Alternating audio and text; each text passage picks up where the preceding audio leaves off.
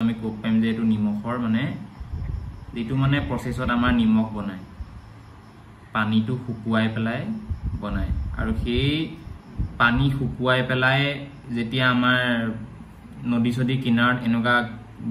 মানে বনি থাকে অৰিজিনালি যত মানে হে সলটো পোৱা হয়